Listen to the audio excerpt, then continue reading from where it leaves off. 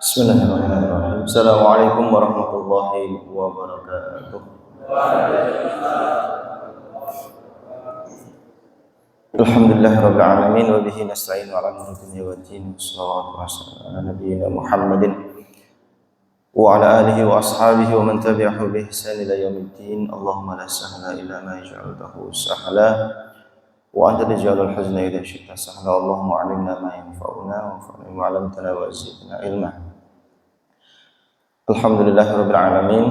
Kita bersyukur kepada Allah Subhanahu wa taala yang telah memberikan karunia rahmat nikmat kepada kita semua, yang telah memberikan kesehatan kepada kita semua sehingga di pagi hari ini subuh berjamaah di masjid kita yang tercinta ini, Masjid As-Sholihin, yang baru saja, terima kasih Bapak Suratno telah meridhai, merestui, sekaligus minta doa kepada kaum muslimin semuanya bahwa badan usaha milik masjid ini betul-betul kita niatkan untuk Allah Subhanahu wa taala, kita niatkan untuk masjid kita tercinta ini, sehingga dari dusun Gunung Cilik pelosok Purwoasri ini akan tumbuh peradaban yang besar, peradaban pendidikan, peradaban dakwah,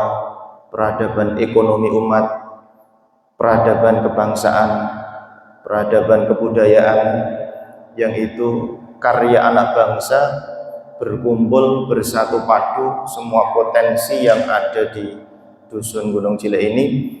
Nanti semoga bisa membawa nama besar dusun, nama besar Purwoasri, dan juga nama besar Pacitan.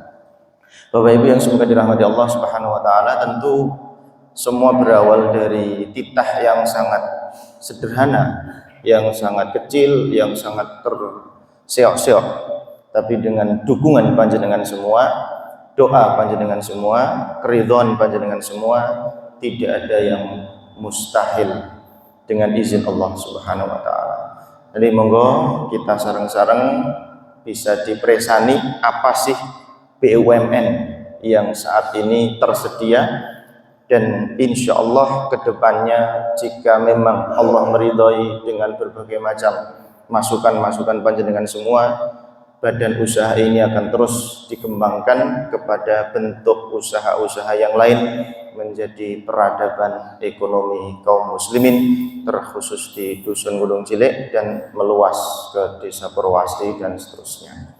Bapak Ibu sekalian yang semua dirahmati Allah Subhanahu wa taala, alhamdulillah yang kami hormati Bapak Kepala Desa, Bapak Suratno, Bapak Kepala Dusun yang hadir, tokoh masyarakat, ada Pak Ari, jazakallahu khairan, Pak Supri, kemudian Direktur Ma'had, Masya Allah hadir dari Sidoarjo, hadir, tokoh masyarakat yang kami cintai, kami banggakan, kami sayangi, ibu-ibu yang terpaksa harus di luar, yang mudah-mudahan dengan panjenengan duduk di situ tidak lama kemudian tempat itu akan dibangun, Bu. Akan dibangun menjadi serambi masjid dari 11 kali 11 menjadi 20 kali 20 bisa jadi, Bu. Jadi mudah-mudahan dengan adanya wasilah ibadah, tidak ada yang mustahil bagi Allah untuk meridhai masjid ini menjadi semakin besar. Bapak Ibu yang semua dirahmati Allah, tadi betul Ustaz Sabdo menyampaikan bahwa materi ini sudah sering disampaikan, sama Bu Pak, sebagaimana Ramadan. Ramadan itu juga begitu. Setiap tahun kita menyampaikan, setiap tahun kita memberikan edukasi, memberikan tarbiyah, memberikan ilmu, tapi setiap tahun juga muncul pertanyaan yang baru, Masya Allah. Setiap tahun juga muncul bentuk-bentuk permasalahan yang baru, yang itu tidak kita pernah sadari, yang tahun sebelumnya tidak pernah ditanyakan. Akan daripada itu, kita tidak bosan-bosannya untuk terus mengingat bahwa peristiwa ini adalah peristiwa besar, peristiwa kaum muslimin yang tentu di dalamnya ada satu amalan yang tidak sederhana. Yang tidak sederhana artinya pahalanya besar, meskipun secara hukum hukumnya adalah sunnah muakkadah.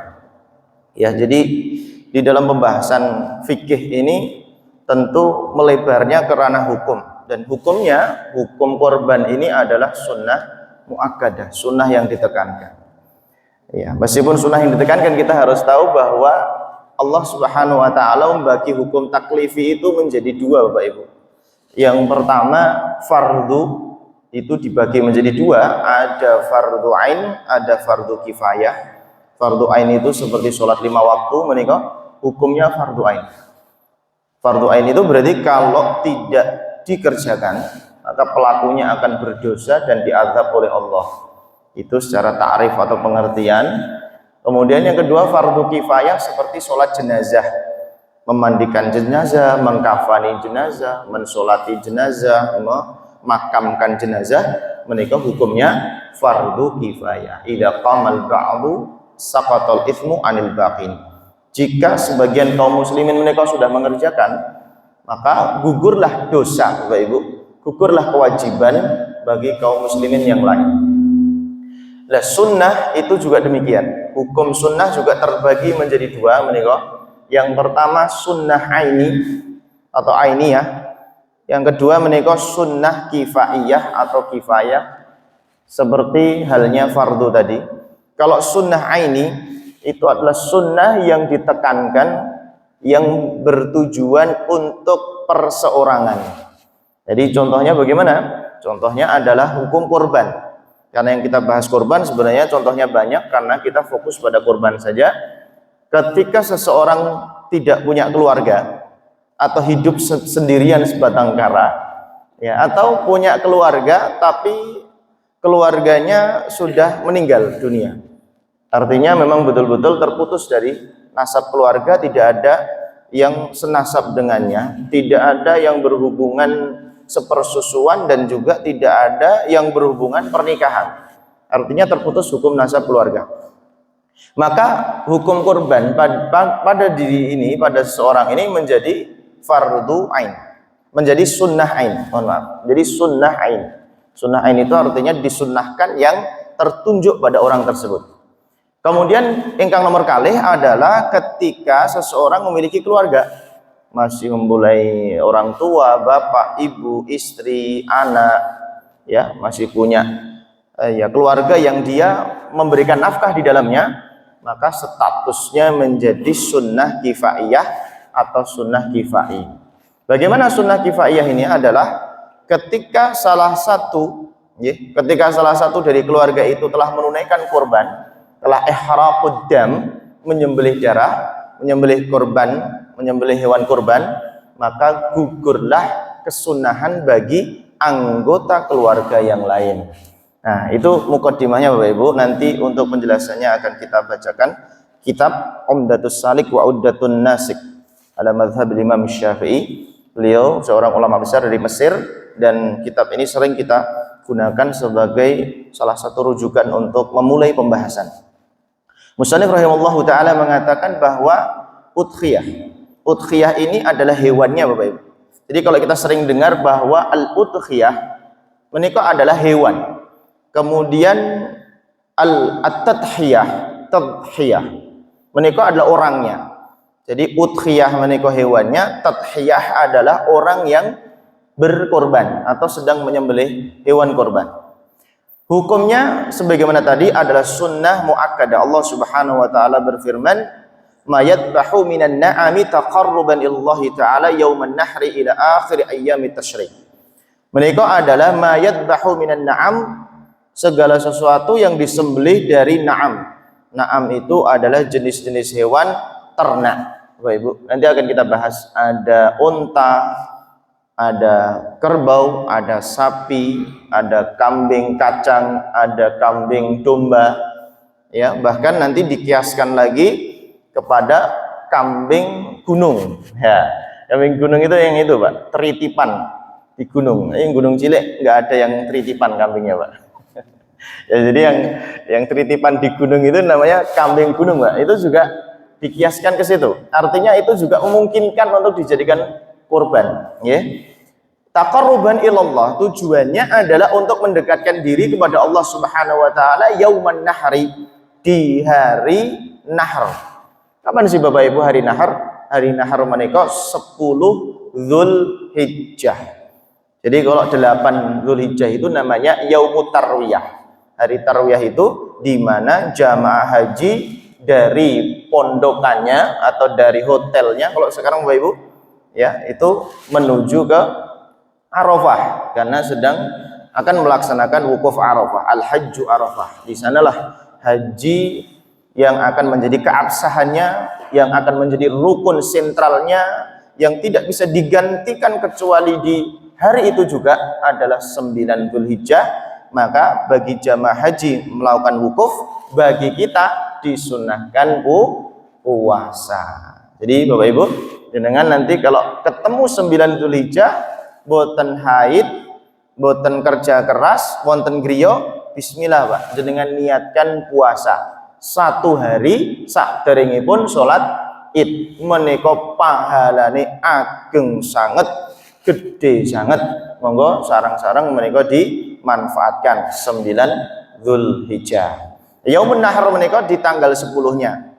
Ya, jadi di tanggal 10-nya menika setelah salat Id, maka baru diperbolehkan untuk disembelih. Ya, jadi sholat Id rumiyin Bapak Ibu ya.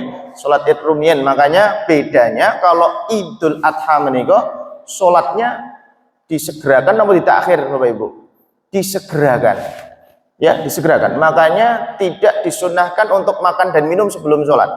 Jadi langsung menuju ke masjid atau langsung menuju ke lapangan, nindakaken sholat lan khutbah, kemudian bersegera menyembelih, langsung dimasak, langsung disantap buat sarapan.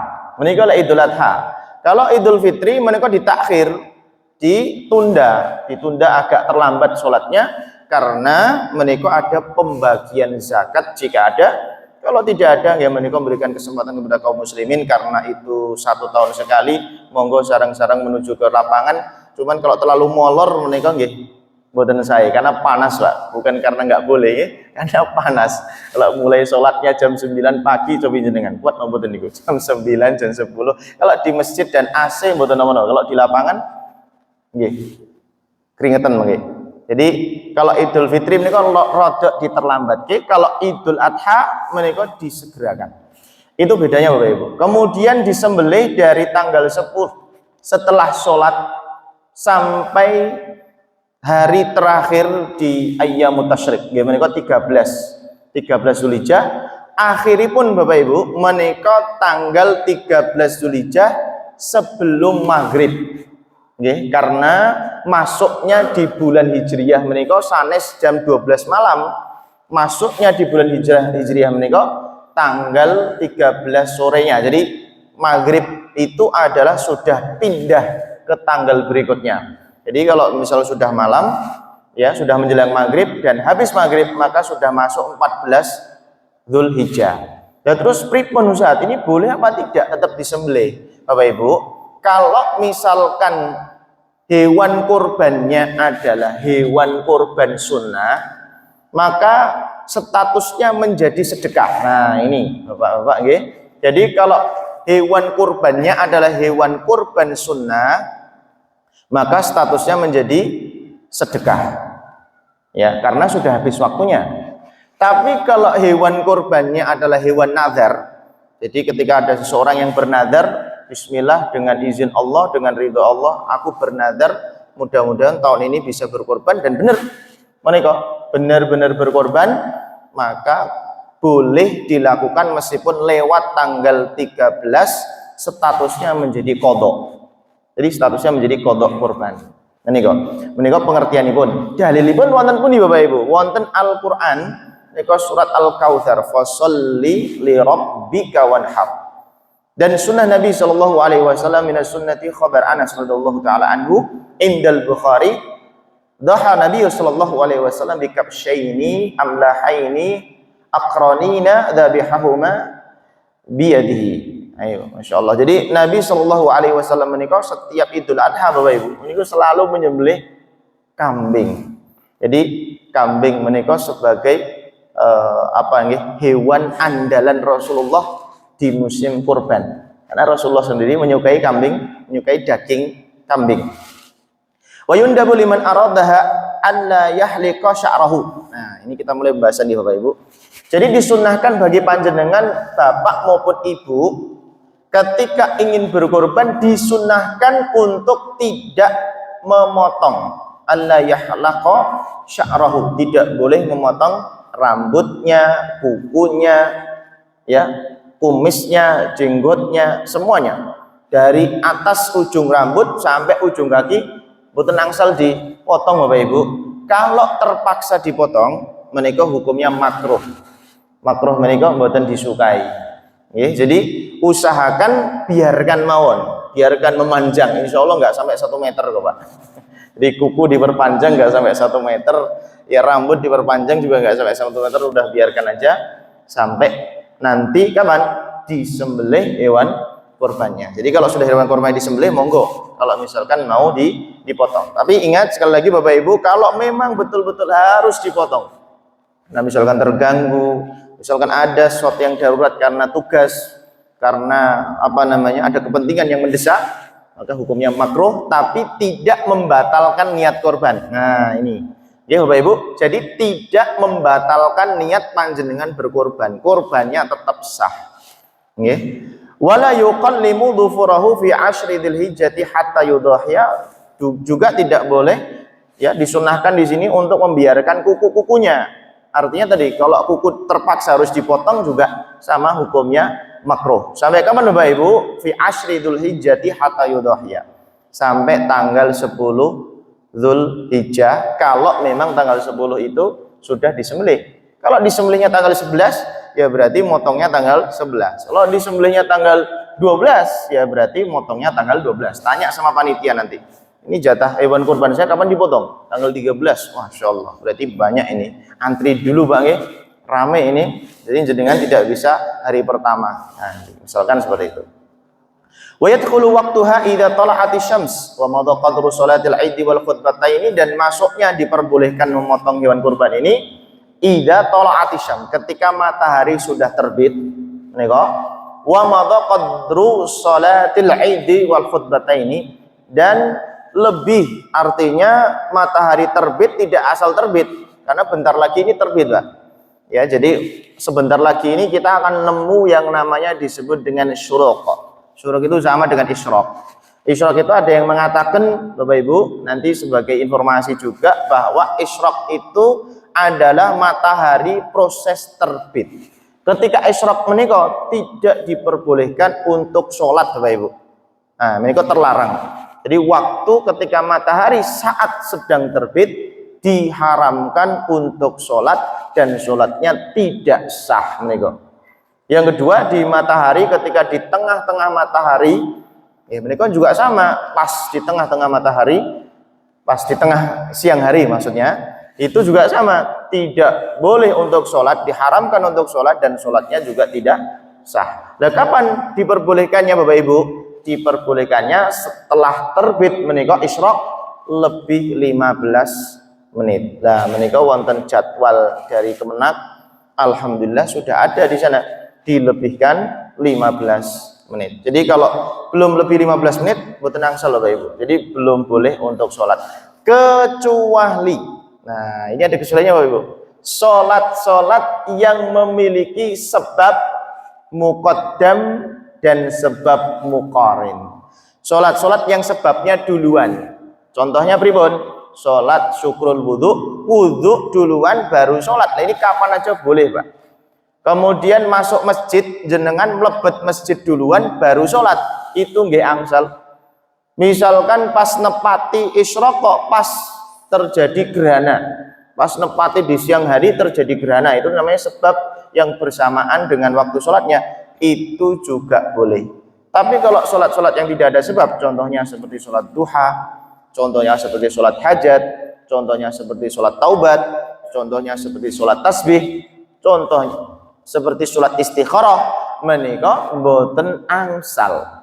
Nggih. Jadi nanti kalau ingin melaksanakan sholat duha itu tunggu dulu 15 menit setelah isyraq atau syuruq. Nah, itu boleh dijamak, Pak. Jamak antara sholat syuruk dengan duha. Itu waktu menyembelih. Jadi setelah sholat langsung disembelih. Wa yakhruju bi khuruji ayyamit tasyrik wa hiya thalathatu ba'dal id. Kemudian waktu ini akan berakhir setelah hari-hari tasyrik, tanggal 11, 12, 13. Jadi tanggal 10 itu mulai Bapak Ibu, 10, 11, 12, 13, 4 hari menika adalah hari diharamkan kangge puasa. Apapun puasanya, puasa wajib nggih haram, puasa sunnah nggih haram, napa melih puasa Syabab. Tahu nggih puasa Syabab? Puasa Syabab ini puasanya anak muda supaya bisa menahan nikah 1 tahun lagi, Pak. Jadi biar lulus sekolah itu harus diempet, Pak. Harus diempet biar bisa nahan nikah. Itu puasa Syabab. Nah, ini mudah tangsal. Tidak boleh menjalankan puasa selama berapa tadi? 4 hari. 10, 11, 12, 13. Kenapa seperti itu? Karena disitulah yaumul akli. Hari di mana makan daging, di mana menikmati keberkahan Allah di hari-hari tersebut. Bahkan para ulama itu ngendikan makanya bahwa lahmul udhiyah menika Bapak Ibu adalah afdalul lahmi bima khuliqallahu azza wajalla. Adalah sebaik-baik daging yang pernah diciptakan Allah Subhanahu wa taala. Maka alhamdulillah di Desa Purwoasri ini termasuk merata baik cara pembagiannya sampai kaum muslimin mendapatkan semuanya. Itu berarti semua kaum muslimin mendapatkan keberkahan. Coba Pak jenengan bayangkan.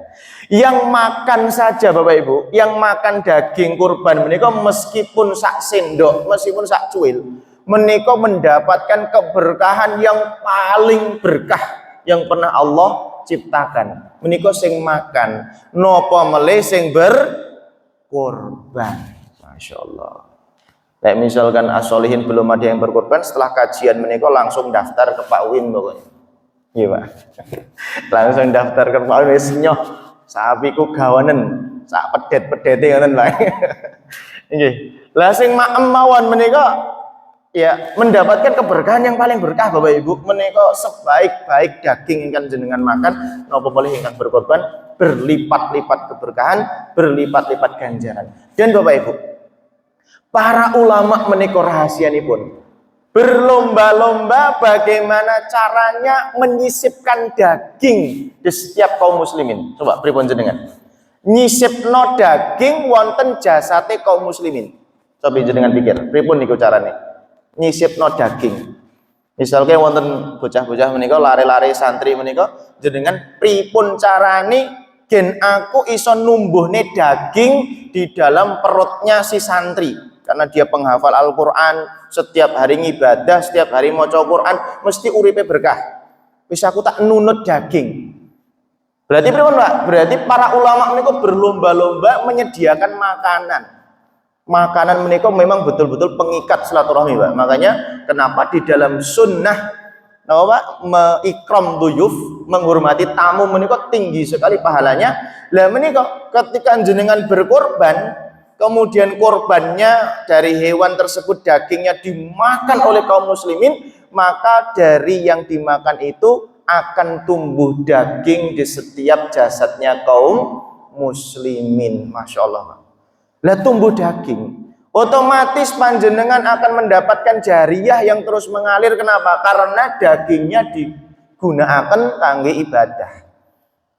Tiang-tiang sing jenengan paringi kurban niku wau terus ngibadah, terus ngamal, terus sujud, terus sedekah menika ingkang namanipun napa? Sedekah jariyah. Jadi kalau misalkan ada yang mengatakan bahwa kurban adalah bagian dari pahala jariyah yang terus mengalir, tidak salah dan tidak berlebihan. Kenapa Bapak Ibu? Karena daging ingkang dimakan menika bisa menjadi daging kita, bisa menjadi gizi kita, sehingga setiap yang memakan akan menggunakannya untuk beribadah kepada Allah Subhanahu wa taala. Menika Bapak Ibu. Kemudian wala tajuzu illa ibil wal baqar wal ghanam. Kemudian ini tipenya. Hewan korban menika tidak boleh selain 3 hewan menika tipenya Pak. Yang pertama al-ibil. Ibil menika unta. Di Indonesia saged jenengan tumbas unta menika yang paling tinggi kastanya Pak. Jadi hewan yang paling tinggi kastanya yang pernah Allah ciptakan menika unta. Yang kedua turun bakor. Bakor menika adalah sapi. Ya, sapi menika bisa dikiaskan atau bisa diserupakan dengan kerbau. Jadi kalau misalkan mboten gadah sapi, gadah kerbau niku nggih saged. Tapi nek banteng dereng saged Pak niki. Dereng gadah kula anune napa niku pendapatipun lek misalkan banteng boleh enggak buat berkorban ngoten. Tapi nek kerbau boleh Pak. Apapun warnanya, warna yang putih maupun warna yang hitam. Sapi juga seperti itu. Sapi yang berwarna putih maupun sapi yang berwarna hitam itu boleh. Kemudian berikutnya al-ghanam. Al-ghanam menika artosipun adalah kambing. Kambing terbagi menjadi 2 tadi. Wonten kambing kacang, kambing Jawa, wonten kambing domba, wonten kambing gunung. Lah boleh nggak kidang, Pak? Nah, kidang menika juga boleh nggak dikiaskan? Ini sebagian ulama berselisih pendapat kalau kidang, Pak. Kidang itu yang banyak itu, Pak. Zebra. Nah, kan ngoten Pak jadinya, Pak. Boleh nggak zebra buat korban? Terus khimar. Khimar ini mana Pak? Keledai. Nah, keledai ini kok boleh napa mboten, Pak? Ini kita belum mendapatkan pendapatnya. Lek jenengan angsal alhamdulillah, saya belum dapat. Jadi zebra, keledai, kidang, ini kok ditanyakan boleh napa? Tidak dalam berkorban, ngoten, Pak. Kemudian usianya Bapak Ibu, usia minimal. Kalau unta menika 5 tahun masuk tahun ke-6. Niki unta. Kemudian yang kedua adalah bakor. Bakor niku sapi atau kambing Jawa menika 2 tahun. 2 tahun masuk tahun ketiga. Jadi sapi dengan kambing Jawa niku sami, Pak. Beda halnya dengan dhon atau domba menika usia 1 tahun masuk tahun kedua. Akan tetapi Bapak Ibu, ulama Syafi'iyah mengatakan bahwa kaidah yang paling penting adalah powel. Atau spell ngoten. Di powel menika ketika gigi depannya sudah rontok salah satunya itu sudah cukup. Kalaupun ternyata usia ini belum masuk, contohipun misalkan seperti kambing Jawa Pak nggih. Ini kan ada yang menanyakan, Ustadz kok 2 tahun ya? 2 tahun itu kan sudah ini dagingnya sudah nggak enak. Ini gimana? Kemarin juga jamaah bingung Pak ini. Nah, boleh, artinya boleh kurang dari 2 tahun meskipun ketentuannya 2 tahun. Kenapa? Karena kaidahnya yang penting adalah poelnya. Jadi kalau misalkan kambing Jawa itu di usia 1 tahun sudah poel, boleh Bapak Ibu. Kemudian domba juga tidak harus 1 tahun. Misalkan domba menika 6 bulan kok sudah poel, menika nggih angsal. Tapi poelnya, poel sendiri Pak nggih nggak boleh dipoelin. Ya, dipoelin mboten angsal Bapak Ibu. Dinuwekat diogrok-ogrok sampai napa? Petil giginya. Ini mboten angsal. Mboten angsal dipoelin, nggih. Jadi memang poel sendiri. Itu syaratipun. Nggih, jadi usia mboten masalah nggih, yang penting poel. Kemudian waktu ji'u al-badana anisaba'atin wal baqara an sab'a wa la tuji'u syah illa an wahidin wa syah afdal min syarikatin fi badana. Kemudian kalau jenengan ingin iuran, Pak.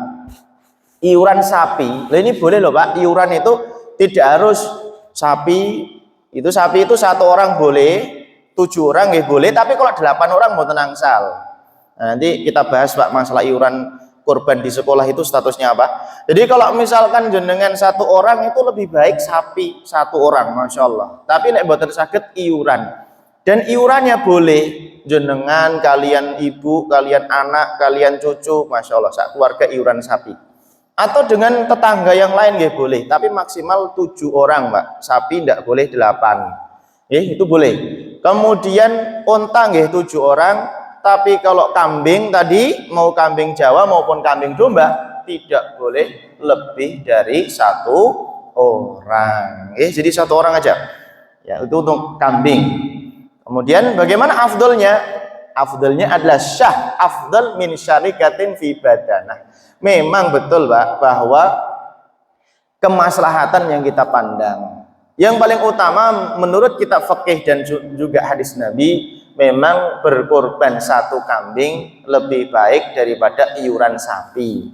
Nggih, menika nggih wonten dasaripun, wonten pendapatipun ulama. Artosipun jenengan wis aku tak milih kambing dhewe, nggih angsal. Nggih menika wonten dalilipun, wonten keutamaanipun dan itu disebutkan paling utama. Tapi kalau jenengan melihat keaslahan menika maslahat bahwa kalau yang disembelih sapi menika lebih bisa merata. Lebih bisa merata itu artinya satu dusun mangan daging kabeh, satu pondok mangan daging kabeh, satu desa kebagian semua. Nah berarti sapi bisa menjadi prioritas. Karena apa Pak? Karena yang penting bisa makan daging, ya bisa makan daging. Nah terus bagaimana Ustaz? Nggak usah beli sapi, setiap kita beli kambing satu-satu aja. Kalau memang itu bisa mencukupi sebagaimana sapi, boleh Pak, masuk kepada pendapat ini. Tapi kalau jenengan mempertimbangkan, sepertinya daging sapi terlebih banyak Ustaz. Karena harga sekian sudah dapat sekian ton. Oh nggih monggo. Berarti tetap bahwa urgensitas daripada kurban menika makan daging sampun angsal. Artosipun tidak dibenturkan mana yang lebih utama berkorban sendirian dengan satu kambing atau iuran 7 kambing, menika tidak boleh dibenturkan karena dua-duanya punya urgensitas kepentingan, yaitu memberikan daging kepada kaum muslimin. Kemudian Bapak Ibu sekalian, memang betul bahwa yang paling utama tadi sudah saya jelaskan adalah unta, tsummal baqarah, kemudian sapi, kemudian domba. Nggih, memang betul. Kemudian kambing coklat. Jadi kalau di dalam pendapatnya para ulama menika yang paling kuat memang lebih utama mana, domba atau kambing coklat. Menika domba nipun, Pak. Domba lebih kuat daripada kambing coklat. Nggih. Kalau di Arab memang ya domba rata-rata, kambing coklat itu jarang di sana Pak ada. Kambing kacang namanya. Biasanya itu apa namanya import dari pundi niku Pak, samping Yaman itu mana Ustaz? Djibouti, dari Somalia, nah dari sana. Rata-rata seperti itu. Apalagi sapi Pak. Sapi itu di Yaman itu hitungan jari Pak. Ada sapi itu kuru-kuru banget, ya Allah. Kasihan mau disembelih Pak. Kalau unta ya gede-gede, gagah-gagah. Kalau domba itu juga sama, gede-gede juga. Kemudian warna yang paling bagus yang putih, kemudian yang kekuning-kuningan, kemudian yang campuran antara putih dan kuning, kemudian yang warna hitam. Itu secara urut. Tapi ini juga tidak menjadi syarat Pak. Karena Pak, kalau jenengan sudah menemukan yang paling tinggi adalah dagingnya, berarti yang paling gemuk mawon yang jenengan pilih ketika tumbas kambing. Nah, kemudian sekarang kita bahas cacat Pak. Ini yang sering tidak diketahui oleh kaum muslimin. Dan disyaratkan untuk kurban ini salamatul udhiyati anil uyub allati tunqisul lahma, dan kemudian hewan yang diperbolehkan adalah yang selamat dari cacat yang sampai mengurangi dagingnya Bapak Ibu.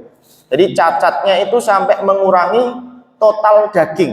Misalkan kurang 10 kilo, kurang 20 kilo. Kemudian tidak sah arja. Arja menika pincang. Nah, Bapak Ibu, pincang menika adalah pincang asli. Artinya pun adalah pincang yang memang benar-benar apa? Benar-benar dari kambingnya, bukan disebabkan karena jatuh dari mobil. Nah, kalau jatuh dari mobil itu masih bisa digunakan selama masih bisa berjalan. Itu kan berarti kecerobohan panitia. Nah, panitia harus berhati-hati ketika menurunkan hewan kurbannya, jangan sampai jeglok potel Pak. Ya, dengkulnya potel. Ini harus undang Pak Warno dulu Pak. Di gift nomor pripun nih Pak. Jadi Mas turun dari mobil kok bisa patah. Lah itu menika harus dipertanggungjawabkan. Ini masih bisa sembuh apa tidak? Kalau masih bisa berjalan menika saged. Nggih. Kemudian yang kedua adalah al-auraq. Auraq menika ini Pak, buta sebelah atau buta semuanya. Menika nggih jangan ditumbas. Kalau menjumpai seperti itu, wal maridoh, sakit yang berkepanjangan, fa in qallat hadhil asyajas. Tapi kalau masih minim, artinya ya rabun itu bisa melihat tapi nggak banyak gitu loh Bapak Ibu. Jadi apa namanya, kambing atau sapinya itu bisa lihat tapi jarak dekat.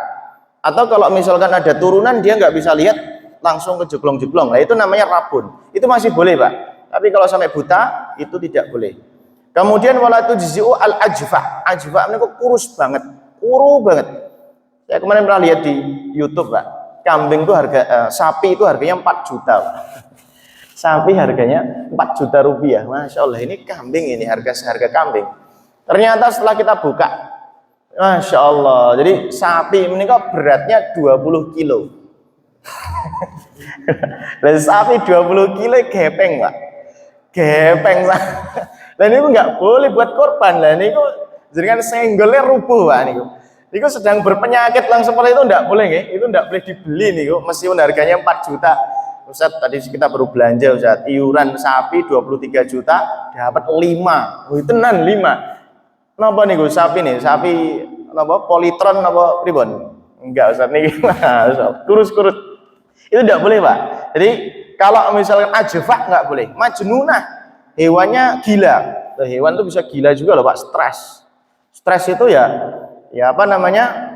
Disebabkan karena yang pemilik itu juga stres, Pak. Ya. Di pemilik hewannya stres, ikut stres juga dia, Pak. Atau ikut stres juga mikirin umat gitu. Jadi kalau hewannya stres jangan dibeli dulu, Pak. Karena stres itu biasanya bisa sembuh. Bisa sembuh dengan mengkonsumsi beberapa makanan. Wal jarbak ini kudisen. Kudis ya jangan beli kecuali setelah diobati. Wallati quti'a ba'dhu udhuniha wa ubina wa inqal. Tapi kalau misalkan hanya sekedar di telinganya ada bekas tanda itu Pak, itu enggak masalah. Atau di belakang itu berarti ada buntut, nggih, buntut terputus bagian enggak masalah. Atau keringsilan. Keringsilan itu ngomong Ustaz. Nggih, pokoknya keringsilan lah. Nggih, keringsilan itu hilang enggak masalah, Pak, dikebiri. Jadi hewan enggak punya keringsilan, itu boleh buat korban, Pak. Enggak masalah. Karena itu enggak mengurangi kualitas daging. Kemudian napa niku kutiat min fakhdhiha, paha, sebagian pahanya bekas tanda itu, Pak. Yang di napa niku besi panas tok itu ndak masalah juga. Itu boleh, Pak. Itu ndak masalah. Kemudian disebutkan juga tujzi'u masyrutatul udhun, yaitu sobek telinganya boleh, maksuratul qarn atau ini tanduknya sudah lepas. Bapak Ibu, ini yang saya sampaikan hadis Nabi nggih, tapi saya terjemahkan mawon. Artinya ulama menerjemahkan dengan bahasa ulama, tapi kalau saya sebutkan hadisnya mboten cekap waktu pun. Jadi kalau tanduknya itu terputus itu juga tidak masalah atau sebagian. Wal afdal ayat baha bi nafsihi fa in lam yuhsin falyahdur. Kalau misalkan bisa nyembelih sendiri, bismillahi Allahu akbar, hadza minka wa alaika wa li ahli Rasulillah. Bismillah, sembelih. Ini ternyata Bapak Ibu, menyembelih itu ada adabnya. Yang pertama, menika tidak boleh dikumpulkan sesama hewan. Sama hewan itu artinya satu disembelih, satu jangan di sampingnya, Pak. Itu kasihan. Karena melihat temennya disembelih, dia bisa ratapan, Pak, nanti. Jadi dijauhkan atau dibungkus, Pak. Dibungkus pakai karung, tapi jangan sampai nggak bisa napas. Nanti mati duluan nggak bisa, Pak. Dibungkus mawon biar nggak bisa melihat atau ditempatkan tempat yang lain baru disembelih. Nah, ketika menyembelih menika pemesnya, kok pemes apa namanya? Pisau. Kalau pemes pripun? Pisaunya harus tajam, Pak. Jadi harus, makanya Rasulullah pernah bilang kepada Aisyah, "Ya Aisyah, tolong dong ini diasah dulu." Akhirnya Aisyah mengasah pakai batu. Diasah sampai kenceng, sampai tajam banget. Jadi sekali belahan bisa. Tapi kok kayaknya di pondok itu santri meskipun setajam Juleha itu tetap nggak bisa, Pak. Artinya tetap nggak bisa. Sapi itu sekali tebas harus 2 kali. Nah, itu bagaimana caranya supaya tidak perengus? Itu dalam beberapa kitab fikih yang kami baca adalah ketika mengeluarkan nafas. Jadi bukan pas narik, pas dilepas, nah baru diambil. Nah, tapi kalau pas narik nafasnya, lanjutkan perhatikan dong, napa niku hewan niku pas narik nafas, keluar nafas, perhatikan pas nafasnya dikeluarkan langsung ditebas. Dan harus terputus 2. Yang pertama hulkum, yang kedua marik. Hulkum menika jalur pernafasan, marik menika jalur makan. Menika harus terputus dua-duanya. Kalau nggak terputus susah mati, Pak. Tapi kalau terputus kepalanya, saking semangat itu, Masya Allah. Mereka hukumnya makruh, Pak. Tapi tetap boleh. Nah, ini biasanya kalau misalkan ayam, Pak, ini saking semangatnya habis satu kepala. Mereka hukumnya makruh, tapi tidak diharamkan. Tetap sah mereka, Pak. Jadi jagal, tidak boleh lari-lari, karena kalau lari-lari itu bisa meresikukan orang lain. Kemudian berikutnya yajibu ayan wa indadzabahi, harus niat Pak. Jadi ketika nyembelih itu niat. Kalau orang lain yang titip bagaimana? Titip dari luar, transfer ke sini, mau korban ke sini, boleh Pak, itu sah. Yang tidak boleh Bapak Ibu itu memindah daging korban. Apa sih yang maksudnya memindah? Korban disembelih di asolihin, dibagi ke dusun padi. Nah itu ulama berbeda pendapat. Ada yang memperbolehkan, ada yang tidak memperbolehkan, tapi lebih banyak yang tidak memperbolehkan Pak. Kalau disembelihnya di sini harus dibagi di sini. Kalau ingin jenengan bagi ke padi sebelum disembelih, jenengan kirim ke padi boleh. Misalkan dari padi dipindah ke sini boleh sebelum disembelih. Tapi kalau sudah disembelih, maneka yang tidak boleh sama sekali dibagikan adalah hewan kurban yang sifatnya nadar. Nadar nggak boleh pindah tempat Pak, harus di sini 100%. Nah itu yang dimaksud para ulama. Jadi boleh tidak memindah hewan kurban, boleh dengan syarat. Yang pertama belum disembelih terlebih dahulu, atau yang kedua bukan kurban nadar. Nadar mereka berjanji. Termasuk boleh tidak berkorban sekaligus akikoh Pak. Nah, ini barengan ini. Ya memang pendapat yang paling kuat ya tidak boleh Pak. Kenapa? Karena akikoh itu ada hukum dan rukun sendiri, korban ada hukum dan rukun sendiri. Tapi kalau jenengan memang dalam segi ekonomi, bismillah, ini perkara sunnah, tak gabungkan. Kan kaidahnya ngoten Pak. Sholat pun juga sama, puasa pun juga sama, kurban pun juga sama. Jadi perkara sunnah menika angsal digabung Pak. Jadi kurban sekaligus akikah menika angsal. Nah, ada pendapat ulama yang memperbolehkan melalui kaidah bahwa sekalian. Tapi kalau jangan mampu, memang yang paling kuat pendapatnya adalah dipisah, akikah sendiri, kurban sendiri. Nah, termasuk hukum membagikan hewan korban itu Bapak Ibu tidak boleh dimasak. Nah, terus di pondok kok masak-masak? Itu jatahipun santri Pak. Jadi sudah kita bagikan ke santri, ya santri kita masak, punya santri kita masak untuk warga juga. Karena santri ini kan rohim-rohim Pak. Jadi apapun yang milik mereka jenengan minta boleh. Termasuk hewan korban nggak perlu izin. Ya mereka udah tahu bahwa itu boleh dibagi untuk warga, ya kan? Jadi monggo dimakan bareng. Tapi kalau langsung dimasak terus dibagikan tidak boleh. Ini yang membedakan antara kurban dan akikoh. Kalau akikoh itu jenengan masak dulu baru dibagikan. Kalau kurban itu dibagikan dalam kondisi mentah. Itu bedanya Pak. Kurban dengan akikoh. Kemudian bagaimana status kurban yang dibikin kornet, disimpan untuk 1 tahun, untuk 2 tahun? Boleh Bapak Ibu. Rasulullah pernah melarang. Kemudian setelah itu memperbolehkan. Jadi sejarahnya begitu. Kenapa? Karena yang diinginkan Rasulullah pada hukum asal adalah kurban harus habis di tanggal 13 Dzulhijjah. Nggak boleh disemin-semin, nggak boleh dikornet-kornetin. Tapi kemudian Rasulullah memperbolehkan di tahun berikutnya, di momen berikutnya bahwa boleh disimpan. Nah, boleh disimpan ini akhirnya kan terjadi perkembangan zaman Pak. Seperti sekarang ini banyak sekali lembaga-lembaga sosial yang membentuk kurban itu semacam makanan jadi seperti kornet Pak. Itu boleh apa tidak? Selama bukan hewan kurban nadar itu angsal Pak dibikin kornet. Tapi syaratnya bukan daging yang dimakan sendiri, bukan daging yang dibagikan. Contoh begini Pak. Jadi ketika kita nyembelih kambing itu kan terbagi menjadi 3 Pak. Yang sepertiga dimakan sendiri, yang sepertiga disedekahkan, yang sepertiga dihadiahkan. Yang dimakan sendiri ini boleh ngambil sepertiga, boleh hanya 1 cuil, boleh nggak ngambil sama sekali. Yang kedua disedekahkan. Sedekah ini untuk lil fuqara wal masakin, untuk orang-orang fakir miskin menika niatnya sedekah. Nah kalau misalkan untuk yang fuqara wal masakin yang kedua ini sedekah, maka status kepemilikannya bagi orang fakir miskin mutlak. Mutlak itu boleh Pak bagi fakir miskin setelah nerima daging kurban, mereka boleh dimasak sendiri, dimakan sendiri, boleh dikasihkan orang lain juga, bahkan boleh dijual. Misalkan orang fakir dapat kurban banyak dari sana sini, sana sini, sana sini, wah aku tak jual, tak ngedol daging lah, boleh Pak. Tapi khusus untuk fakir miskin. Kenapa seperti itu? Karena mereka memiliki hak mutlak. Tapi yang ketiga, niat hadiah itu untuk orang kaya. Nah, kalau orang kaya ini tidak boleh dijual. Jadi kalau misalkan orang kaya mendapatkan harta, mendapatkan daging kurban, maka dagingnya ini tidak boleh dijual. Harus dimakan, harus dihabiskan. Itu bedanya, Bapak Ibu. Jadi kalau misalkan ada yang mengatakan bahwa kurban termasuk untuk mengangkat derajat orang fakir miskin, itu juga tidak salah dan juga tidak berlebihan.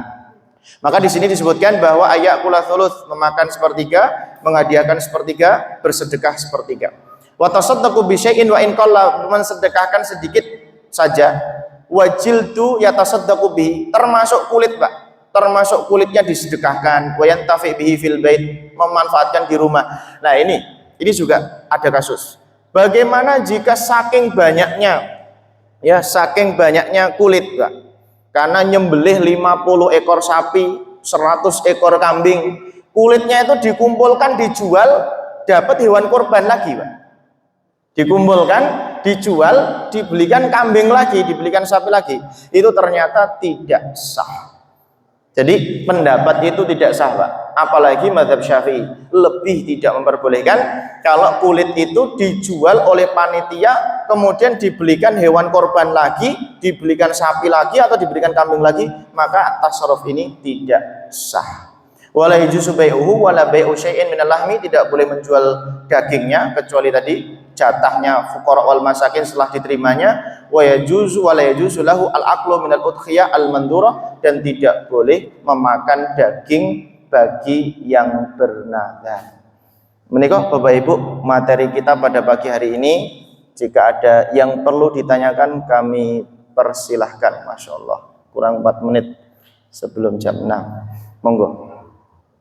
Assalamualaikum warahmatullahi wabarakatuh.